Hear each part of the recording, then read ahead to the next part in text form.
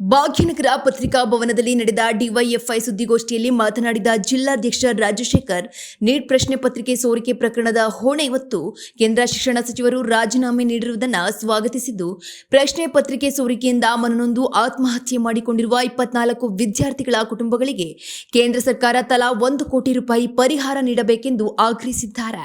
ಅಲ್ಲದೆ ಲಕ್ಷಾಂತರ ವಿದ್ಯಾರ್ಥಿಗಳ ಭವಿಷ್ಯದ ಹಿತದೃಷ್ಟಿಯಿಂದ ನೀಟ್ ಪರೀಕ್ಷೆಯನ್ನ ತಕ್ಷಣವೇ ರದ್ದುಪಡಿಸಿ ಹಳೆಯ ಪದ್ಧತಿಯಂತೆ ಆಯಾ ರಾಜ್ಯಗಳೇ ಪ್ರವೇಶ ಪರೀಕ್ಷೆ ನಡೆಸಲು ಅವಕಾಶ ಕಲ್ಪಿಸಬೇಕು ಎಂದು ಒತ್ತಾಯಿಸಿದ ಅವರು, ಒಂದು ವೇಳೆ ವಿದ್ಯಾರ್ಥಿಗಳ ಬೇಡಿಕೆ ಈಡೇರದಿದ್ದರೆ ಮುಂದಿನ ದಿನಗಳಲ್ಲಿ ಉಗ್ರ ಸ್ವರೂಪದ ಹೋರಾಟ ನಡೆಸುವುದಾಗಿ ಎಚ್ಚರಿಕೆ ನೀಡಿದ್ದಾರೆ. ಇನ್ನು ಈ ಸುದ್ದಿಗೋಷ್ಠಿಯಲ್ಲಿ ಜಿಲ್ಲಾ ಕಾರ್ಯದರ್ಶಿ ಹರೀಶ್ ಸೇರಿದಂತೆ ಅನೇಕ ಮುಖಂಡರು ಉಪಸ್ಥಿತರಿದ್ದರು.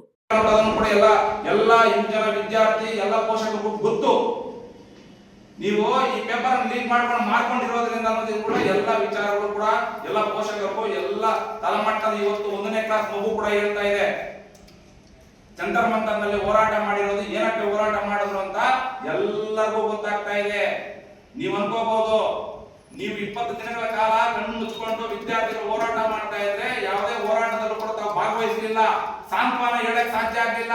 24 ಜನ ವಿದ್ಯಾರ್ಥಿಗಳು ಮನನೊಂದು ಆತ್ಮಹತ್ಯೆ ಮಾಡ್ಕೊಂಡು ಅವ್ರಿಗೆ ಸಾಂತ್ವನ ಹೇಳೋಕೆ ಯೋಗ್ಯತೆ ಇರುವಂತ ಪ್ರಧಾನಮಂತ್ರಿಗಳು ಅಂತ ನಾವು ಹೇಳಕ್ ಕೂಡ ಇಷ್ಟಪಡ್ತೀವಿ. ಇವತ್ತು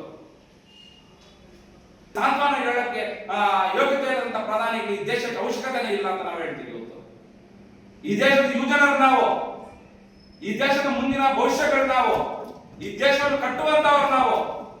ನಮ್ಮ ಮೇಲೆ ಲಾಠಿ ಚಾರ್ಜ್ ಮಾಡಕ್ಕೆ ನಿಮ್ಗೆ ಹೆಂಗ್ ಮನಸ್ಸು ಬರುತ್ತೆ ಅನ್ನೋದು ಕೂಡ ನೀವು ಒಪ್ಕೊಂಡಿದ್ದೀರಾ. ಈ ನೀಟ್ ಪೇಪರ್ ಹಗರಣಕ್ಕೆ ನೀವೇ ಹೊಣೆ, ನಿಮ್ಮ ಸರ್ಕಾರನೇ ಹೊಣೆ ಅಂತ ಒಪ್ಕೊಂಡಿರೋದ್ರಿಂದ ನಾವು ರಾಜೀನಾಮೆ ಕೊಟ್ಟಿರುವಂತದ್ದು. ಇದನ್ನು ನಮ್ಮ ಬೇಡಿಕೆಗಳೇನಿದೆ, NTA ಕೂಡಲೇ ರದ್ದಾಗಬೇಕು. 2014ರಲ್ಲಿ ಹೆಂಗಿತ್ತು ನೀಟ್ ಎಕ್ಸಾಮ್, KCET ಅಂತ ಮಾಡ್ತಾ ಇದ್ರು, ಆ ರಾಜ್ಯದಲ್ಲಿ ಅವರು ಎಕ್ಸಾಮ್ಗಳು ಮಾಡಿಕೊಂಡು ಆ ರಾಜ್ಯದಲ್ಲಿ ಇರುವಂತಹ ವಿದ್ಯಾರ್ಥಿಗಳಿಗೆ ಒಳ್ಳೆ ಅವಕಾಶಗಳು ಸಿಗ್ತಾ ಇತ್ತು.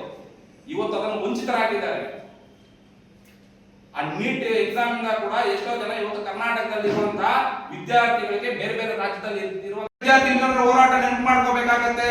ಕೇಂದ್ರ ಸರ್ಕಾರದ ಮೋದಿ ಗೌರ್ಮೆಂಟ್, ನಾವು ಕೂಡ ನಿಮ್ಮನ್ನು ವಿದ್ಯಾರ್ಥಿ ಯುವಜನರು ಬೀದಿಗಿಳಿದು ನಾವು ಬೀದಿಗಿಳಿದು 30 ದಿನಗಳ ಕಾಲ ಹೋರಾಟ ಮಾಡಿದ್ದಕ್ಕೋಸ್ಕರ ಮಾತ್ರನೇ ನೀವು ನಮ್ಮ ಇವತ್ತು ನೀವು ತಪ್ಪನ್ನು ಒಪ್ಪಿಕೊಂಡು ರಾಜೀನಾಮೆ ಕೊಟ್ಟಿರುವಂತದ್ದು.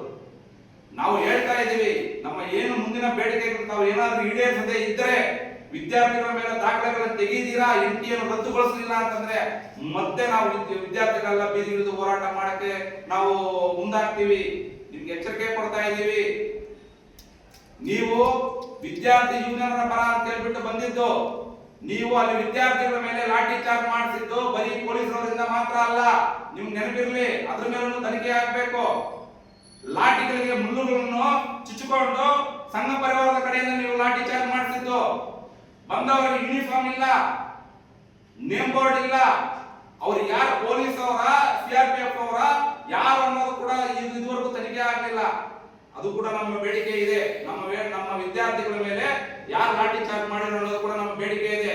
ನಮ್ಗೆ ಗೊತ್ತು, ನಿಮ್ಮ ಬಿಜೆಪಿಯ ಸಂಘ ಪರಿವಾರದವರಿಂದ ನೀವು ಲಾಠಿ ಚಾರ್ಜ್ ಮಾಡಿಸಿರೋದಂತ ಗೊತ್ತು ನಮಗೆ. ಇಡೀ ದೇಶಕ್ಕೆ, ಯುವಜನರಿಗೆ, ಇಡೀ ಜನತೆ ಎಲ್ಲ ನೋಡ್ತಾ ಇದ್ದಾರೆ.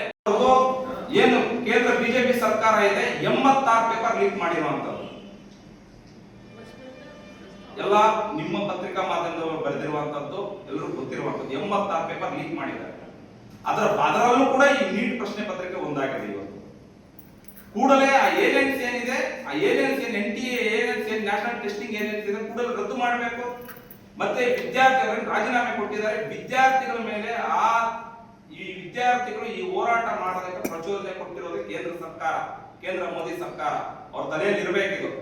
ಇವತ್ತು ನಮ್ಮ ಬೇಡಿಕೆ ಕೂಡ ಇದೆ, ಏನಂತಂದ್ರೆ ಆ ವಿದ್ಯಾರ್ಥಿಗಳ ಮೇಲೆ ಏನು ಪ್ರಕರಣಗಳು ದಾಖಲೆ ಮಾಡಿದಾರ ಆ ಪ್ರಕರಣಗಳನ್ನು ಕೂಡ ಹಿಂಪಡೆಯಬೇಕು. ವಿದ್ಯಾರ್ಥಿ ಯುವಜನರ ಮೇಲೆ ಆಗಿರುವಂತಹ ಪ್ರಕರಣಗಳನ್ನು ಹಿಂಪಡೆಯಬೇಕು. ಇದು ನಮ್ದೊಂದು ಬೇಡಿಕೆ ಇದೆ. ಮತ್ತೆ ಏನು ಇವತ್ತು ಬಿಜೆಪಿ ಸರ್ಕಾರ ಈ ನೀಟ್ ಪೇಪರ್ ಅನ್ನು ಲೀಕ್ ಮಾಡಿದೀವಿ ಅಂತ ಅವ್ರು ಒಪ್ಕೊಂಡ್ಬಿಟ್ಟಿದ್ದಾರೆ. ಒಪ್ಕೊಂಡು ಒಂದು ಉದ್ದೇಶದಿಂದ ರಾಜೀನಾಮೆ ಕೊಟ್ಟಿರುವಂತದ್ದು.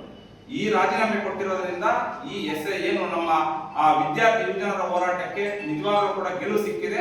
ಆದರೂ ಕೂಡ ಇನ್ನೂ ಕೂಡ ಹಲವಾರು ಸಮಸ್ಯೆಗಳು ಇದೆ.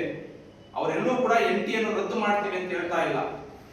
ಅವ್ರು ಬರೀ 2 ಮಾತ್ರ ಅವರು ನಮ್ಮ ಬೇಡಿಕೆಗಳೇನಿದೆ ಅದನ್ನು ಇದು ಮಾಡಿದ್ದಾರೆ. ಮಿಕ್ಕಿದ್ದನ್ನು ನಾವು ಮುಂದಿನ ದಿನಗಳಲ್ಲಿ ಯುವಜನ ವಿದ್ಯಾರ್ಥಿಗಳನ್ನು ಕರೆದು ಎಲ್ಲ ಸಂಘಟನೆಗಳನ್ನು ಕರೆದು ಅವ್ರ ಜೊತೆ ನಾವು ಮೀಟಿಂಗ್ ಮಾಡಿ ಆಮೇಲೆ ಮಾಡ್ತೀವಿ ಅನ್ನೋದನ್ನು ಹೇಳಿದ್ದಾರೆ. ಈಗ ನೋಡಿದ್ರೆ ಮೊನ್ನೆ ಪತ್ರಿಕಾ ಮಾಧ್ಯಮದಲ್ಲಿ ನಾವು ಯಾವುದೇ ಕಾರಣ ವಿದ್ಯಾರ್ಥಿಗಳ ಮೇಲೆ ಹಾಕಿರುವಂತಹ ಕೇಸುಗಳನ್ನು ವಾಪಸ್ ಪಡೆಯಲ್ಲ ಅಂತ ಸ್ಪಷ್ಟವಾಗಿ ಹೇಳ್ತಾ ಇದ್ದಾರೆ. ನಾವು ಹೇಳ್ತಾ ಇದೀವಿ ಬಿಜೆಪಿ ಸರ್ಕಾರಕ್ಕೆ, ನೀವು ಏನು ಸ್ಪಷ್ಟವಾಗಿ ಹೇಳ್ತಾ ಇದ್ರ ವಿದ್ಯಾರ್ಥಿಗಳ ಮೇಲೆ ಕೇಸುಗಳನ್ನು ವಾಪಸ್ ಪಡೆಯಲ್ಲ ಅಂತ, ನಾವು ಕೂಡ ನಿಮ್ಮನ್ನು ಬಿಡೋದಿಲ್ಲ.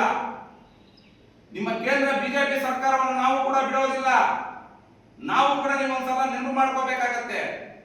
ಒಂದು ನೇಪಾಳ ಒಂದು ವಿದ್ಯಾರ್ಥಿ ಯುವಜನರ ಹೋರಾಟ ನೆನಪು ಮಾಡ್ಕೋಬೇಕಾಗತ್ತೆ. ಶ್ರೀಲಂಕಾದ ವಿದ್ಯಾರ್ಥಿ ಯುವಜನರ ಹೋರಾಟ